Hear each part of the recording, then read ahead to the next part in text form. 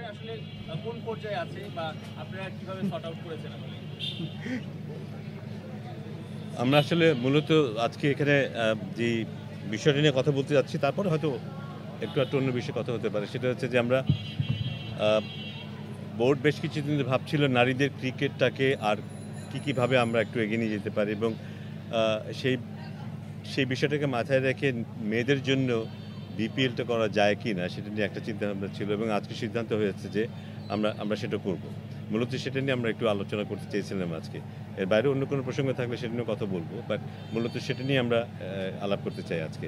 So এই সিদ্ধান্তটা হয়েছে যে আমরা উইমেন্স বাংলাদেশ প্রিমিয়ার লিগ এটা আমরা আয়োজন করব। 3টা দল নিয়ে এটা করার পরিকল্পনা করা হয়েছে, এবং এটা এই বিপিএল শেষ হবার পরপরই অনুষ্ঠিত হবে, এবং এর ডিউরেশন 8 থেকে 9 দিনের মতো ডিউরেশনের মধ্যে এটা শেষ হবে।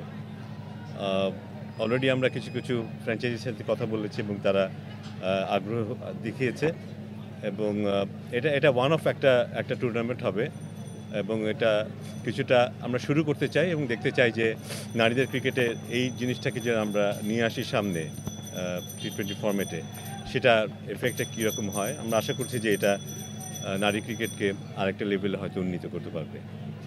ফ্র্যাঞ্চাইজির কথা বললেন, বিপিএল এর যে সমস্যার মধ্যে পড়েছেন, গ্যারান্টি মানি বা পেমেন্ট ইস্যু, নিশ্চয়ই নারীদের বিপিএল এ সেই সমস্যাগুলো না হয়, যেহেতু আপনার জাতীয় পাশে আরো ভালো করে করেই নিশ্চয়ই ফ্র্যাঞ্চাইজি আনবেন।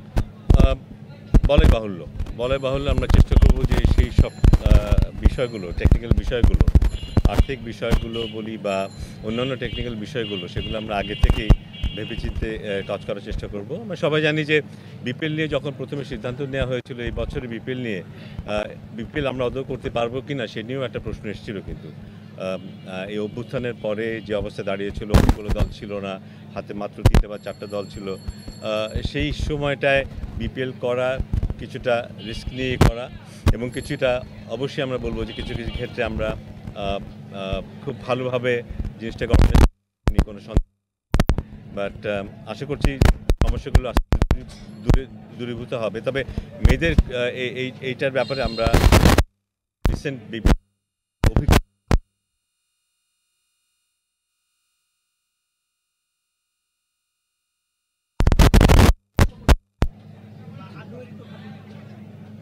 অদৌ না, কারণ একটা মানসম্পন্ন টুর্নামেন্ট করতে গেলে যে ধরনের যে মানের প্লেয়ার দরকার, সেই মানের প্লেয়ার আমার মনে হয় না আমরা এর চাইতে বেশি দল করলে সেটা হতে পারতো। সেটাই বড় কারণ। আমরা এটা ভেবেছিলাম যে 4টা দল নিয়ে করা যায় কি না, সেক্ষেত্রে ওইটাই একটা বাধা হয়ে দাঁড়িয়েছে। আমরা চেষ্টা করছি শুধু একটা টুর্নামেন্ট করা না, যেখান থেকে হয়তো প্রোডাকশন হবে, অনেকে হয়তো আয় হবে, এইসব হবে, কিন্তু আমরা আলটিমেটলি যেটা চাই সেটা হচ্ছে খেলার মানটা কীভাবে বাড়ানো যায় সেটা। আমরা মনে করেছি যে 3টা দল নিয়ে যদি আমরা এটা আয়োজন করতে পারি, সেই ক্ষেত্রে খুব কম্পিটিটিভ একটা টুর্নামেন্ট আয়োজন করা সম্ভব, এবং এর থেকে কিছু আউটকামও আমাদের ফেভারে আসতে পারে। নিয়ে অনেকে জানতে চাচ্ছে আর কি, ভালো রান করছে আমরা কি এটা জানা শেষ মোটামুটি? আমরা কি আপনারা জেনে গেছেন?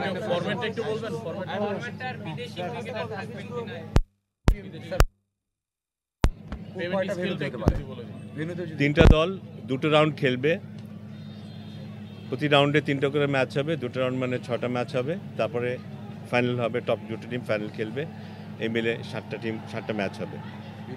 একজন বিদেশি খেলোয়াড় প্রত্যেকটা দলে খেলতে পারবে, এবং আমরা প্রাথমিকভাবে যে সিদ্ধান্ত নিয়েছি প্রত্যেকটা দলে 15 জন করে থাকবে।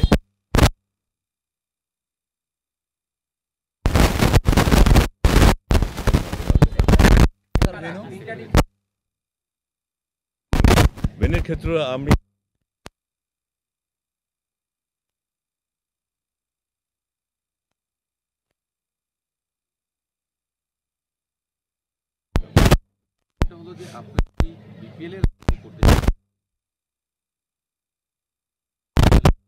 একজন খেলাও করে সে একই ফরম্যাট রয়ে গেল, ভাষণটা শুধু T20, সেক্ষেত্রে 4 জন কেন নয় হচ্ছে এই কারণে, দুটো কারণ। একটা হচ্ছে যে একটা আর্থিক ব্যাপার আছে, 4 জন বিদেশি খেলোয়াড়কে যদি আমরা ইনক্লুড করতে চাই, সেক্ষেত্রে দলগুলোর উপর যে আর্থিক চাপটা পড়বে, এই মুহূর্তে বোধহয় দলগুলো সেই চাপটা নিতে চাচ্ছে না।